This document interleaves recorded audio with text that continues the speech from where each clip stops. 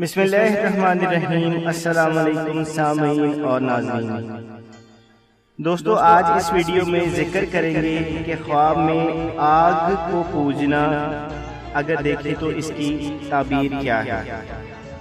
हज़रत दानियाल अलैहिस्सलाम फरमाते हैं कि अगर कोई शख्स ख्वाब में देखे कि आग को सजदा करता है तो इस अमर की दलील है कि जालिम बादशाह को सजदा करेगा और उसकी खिदमत में मशगूल होगा और इसको इसमें सब्र और आराम हासिल ना होगा।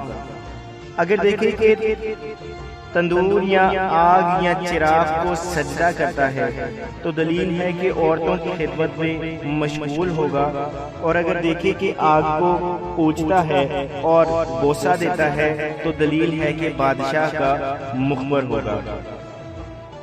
अगर देखें कि आग में खवार होकर फिर रहा है तो दलील है कि बादशाह की सौदागरी की रग़बत करेगा लेकिन नतीजा अच्छा ना होगा। खासकर अगर आग से जिस्म पर तकलीफ पहुँचे और अगर आग से जिस्म को तकलीफ ना पहुँचे तो दलील है कि सलामती और जमीयत खातिर बादशाह वक्त से देखेगा।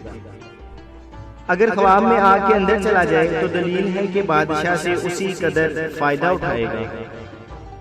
और अगर ख्वाब में देखे कि आग उसके चेहरे या कपड़े या हाथ से रोशनी देती है तो दलील है कि दुश्मन पर फतह और दोनों जहां की मुराद पाएगा।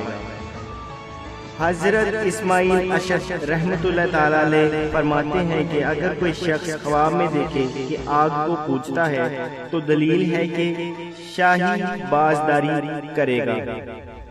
शाही बाजदारी से यहाँ मुराद शाही मुलाजमत है। और अगर आग अंगारी की शक्ल पर है तो उसकी गर्ज दीन से माल का जमा करना होगा और माले हराम बहुत सा हासिल करेगा। जज़ाकल्लाह।